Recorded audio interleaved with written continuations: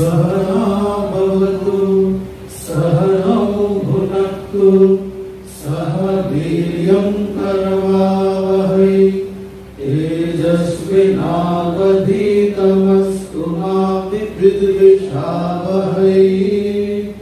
ओम शांति शांति शांति।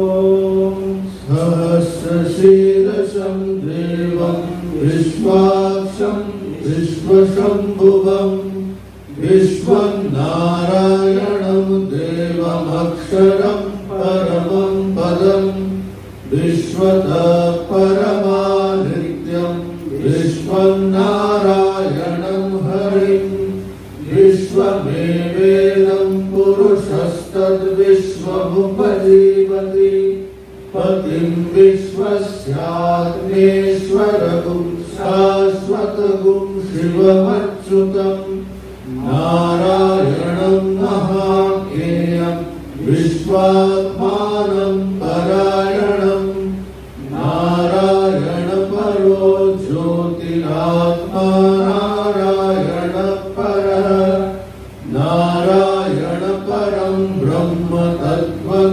नारायणपरः नारायणपरो ध्याता ध्यानं नारायणपरः यच्च किञ्चित् जगत् सर्वं दृश्यते श्रूयतेऽपि वा अन्तर्बहिश्च तत्सर्वं व्याप्य नारायणस्थितः अनन्तमव्ययं कविगुं समुद्रेऽन्तं विश्वशम्भुवं पद्मकोशप्रतीकाशं हृदयं चाप्यधोमुखम् अधो निश्चावितस्यान्ते नाभ्यामुपरि तिष्ठति ज्वालमालाकुलं भाति विश्वस्यायतनं महत् सन्ततं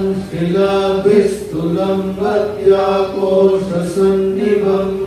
तस्यान्ते सुशिरगुं सूक्ष्मं तस्मिन् सर्वं प्रतिष्ठितं तस्य मध्ये महानग्निः विश्वार्चिर्विश्वतोमुखः सोऽग्रभुग्विभजन् तिष्ठन्नाहारमजरः कविः वीर्यगूर्ध्वमदशायि रश्मयस्तस्य सन्तता सन्तापयति स्वं देहमापादतलमस्तकः तस्य मध्ये वह्निशिखा फणियोर्ध्वा व्यवस्थितः नीरतो यदमध्यस्थाद् विद्युल्लेखे गवास्वरा नीवारशूकवत्तन्वी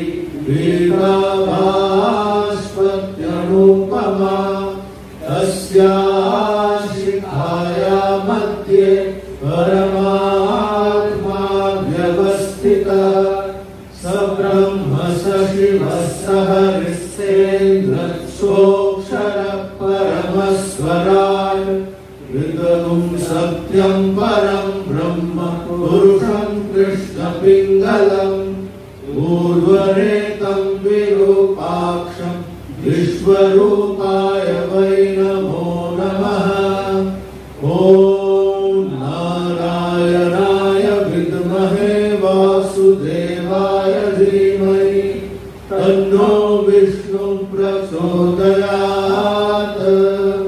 ॐ शान्ति शान्ति शान्तिः। हरिः ओम तत्सत्। श्रीराम